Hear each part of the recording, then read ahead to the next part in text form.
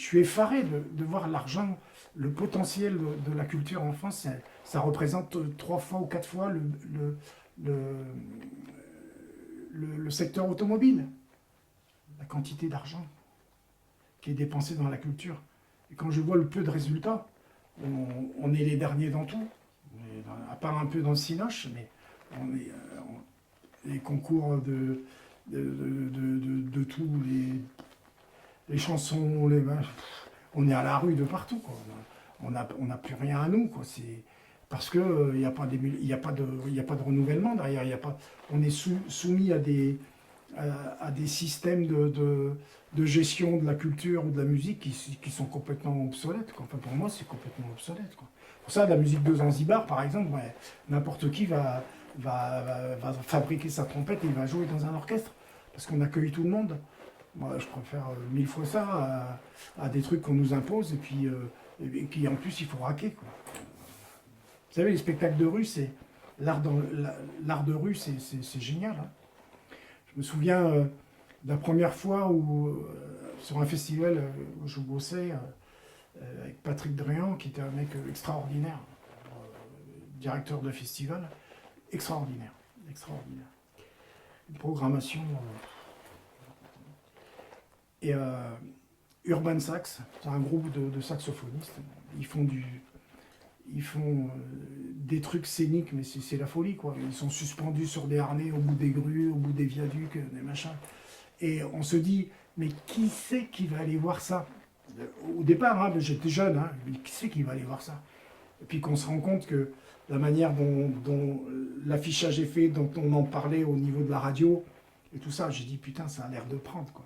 Et puis qu'on se retrouve le soir sur le port avec 50 000 ou 60 000 personnes, là, ça vous trouve le cul, hein. C'est là tu te dis, voilà, ça, c'est l'art de la rue qui fait que les gens vont aimer quelque chose qu'ils n'ont jamais vu, qu'ils n'ont jamais entendu, ils ne connaissent pas, ils vont découvrir.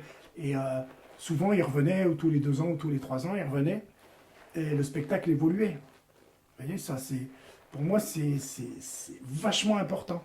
Parce qu'on a amené plein de couleurs, plein de trucs, quoi, de trucs scéniques, quoi. Ça intéressait les gens parce que ça devenait populaire.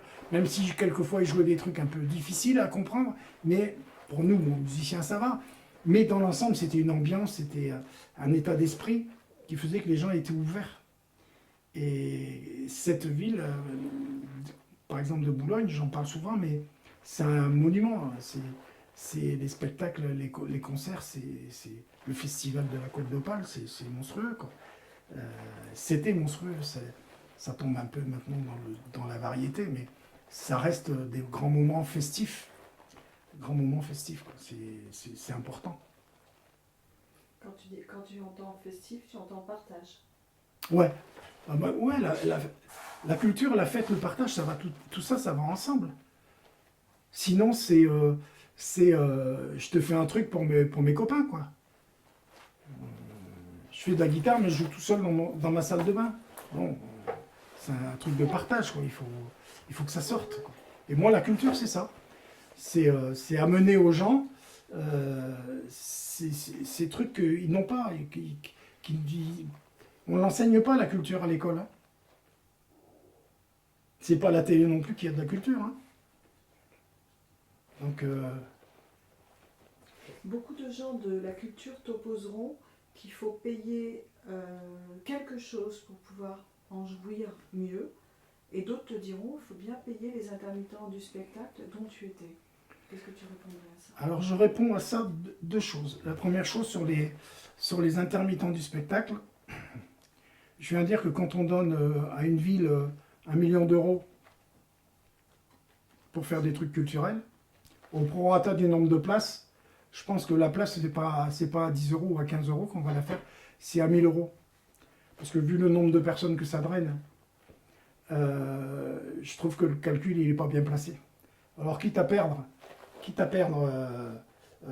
15 euros pour une place, autant faire un ou deux de moins et d'avoir un truc open.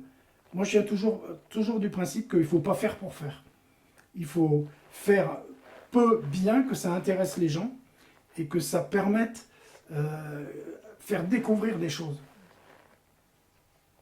Voilà, c'est un raisonnement à l'envers, hein, parce que si on fait ça après, le fait de dire ouais, mais quand c'est payant, les gens ils prennent plus conscience. Je fais attention.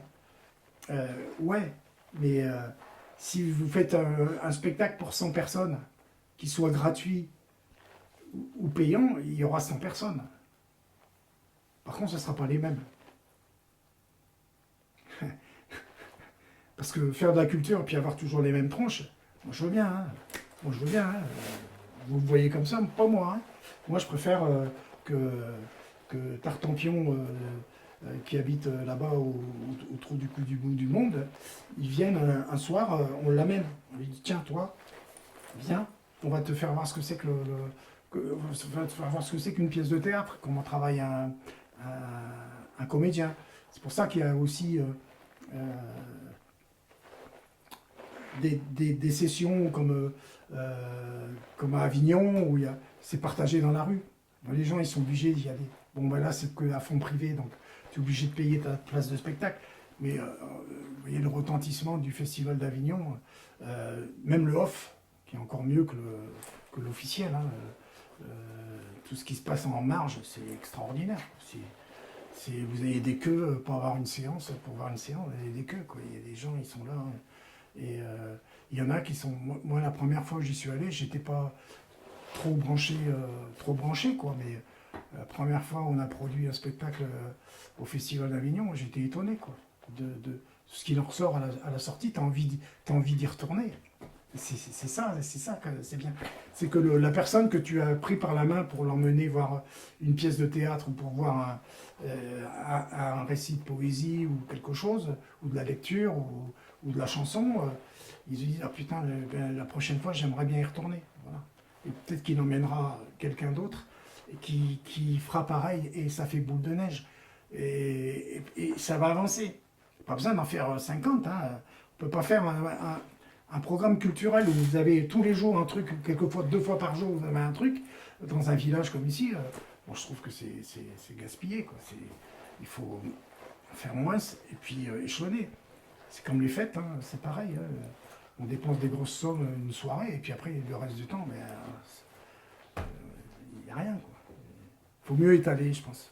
Je pense qu'étaler, amener les gens à participer plus dans la vie de la cité, à les faire sortir, je pense que c'est plus rentable que tout. Quoi. C'est valable dans toutes les villes, hein, je pense pas. Je pense que tout le monde fait pareil. Parce qu'ils n'ont pas cet état d'esprit, je pense. Il n'y a pas la réflexion. Donc la culture pour la connaissance. Ça Ah veut ouais, dire ouais. que la culture, c'est le partage de connaissances. Bien sûr. C'est le développement de la personne, de la personnalité. À partir de la culture, on peut s'intéresser à plein de choses, on peut percevoir déjà. C'est une question de sens. On a la perception. Vous allez voir une croûte. Toujours, ça me fait rigoler parce qu'il y a un copain, on lui a offert un soulage. Je fais ouais, bon, attends, un soulage, ouais. Mais il n'y a pas que soulage, quoi. Soulage, c'est une bafouille, quoi. Bon, mais c'est vrai. On peut faire plein de choses. Ici, dans le décor, je vois des trucs qui sont vachement intéressants dans le studio. Parce que je sais que le mec qui a fait la sculpture sur bois, là, il s'en est donné pour la faire. Et à partir de là, on peut échafauder plein de choses. Le travail du bois, le travail de la peinture, du pinceau, du trait de pinceau. Moi, j'avais un copain, il faisait de la peinture. Une fois, il m'a espanté. Hein, et il est venu, je vois des toiles. Je dis putain, mais comment t'as fait ça? Il peignait avec un ballon. Il prenait une balle en caoutchouc, il trempait sa balle dans la peinture et il peignait avec une balle. J'ai trouvé ça. Il me dit ça t'a pris comment? Ben, j'ai comme ça. J'avais plus de pinceau, j'ai pris une balle en caoutchouc et j'ai peint. Et c'était magnifique. Quoi. Et tu te dis, voilà, ça c'est de la culture. C'est arriver à trouver des choses avec rien. C'est comme le mec qui fait des sculptures avec de la ferraille. Laurento à 7, il faisait des trucs, mais c'est magnifique. Quoi. C'est des gens qui font des choses avec leurs mains, un poste à souder, de la ferraille, des cuillères, des fourchettes. C'est l'esprit africain vrai. Quoi. Et tous ces gens-là sont imprégnés de cette culture-là et ça fait ça fait avancer le truc parce qu'après on se dit tiens en déco c'est bien, c'est pratique parce que là il a donné une forme pour que ce soit plus ergonomique. Ben, voilà, on découvre plein de choses comme ça. Et après quand on perçoit, quand on a beaucoup trempé son esprit dans la culture, on arrive à dire tiens ça, on arrive à faire une synthèse de deux ou trois choses et puis on peut créer un truc, se le rapporter, s'approprier pour faire de la déco. Par exemple, pour décorer chez soi, quelquefois on se dit, tiens, c'est comme quelqu'un, il a un mur, il veut mettre un tableau, qu'est-ce qu'il va faire? Il va prendre le mètre, il va calculer, alors 4,40 m, ça fait 2,20 m. Voilà. Mais il faut savoir que, on le sait, nous en photo, on ne met jamais un sujet au milieu. Il faut toujours le décaler pour qu'il y ait cette perspective. Ça, les gens ne le savent pas, mais on arrive à voir une toile et à voir qu'un motif sur un côté. Après, on analyse pourquoi. Parce que là, tu as un point de vue. C'est comme Salvatore Dali. Il faut comprendre l'œuvre de Dali pour après se dire ouais, il était bien barré quand même. Mais tout était pensé. Tout était calculé. Donc, dans son truc, dans le cheminement de ses œuvres, tout était bien. Il y avait des messages de partout. Et c'est ça, les grands artistes. C'est qu'ils te laissent un message. À toi de le décrypter. C'est ça, la culture. Il faut amener les gens à décrypter les artistes pour pouvoir en tirer la quintessence.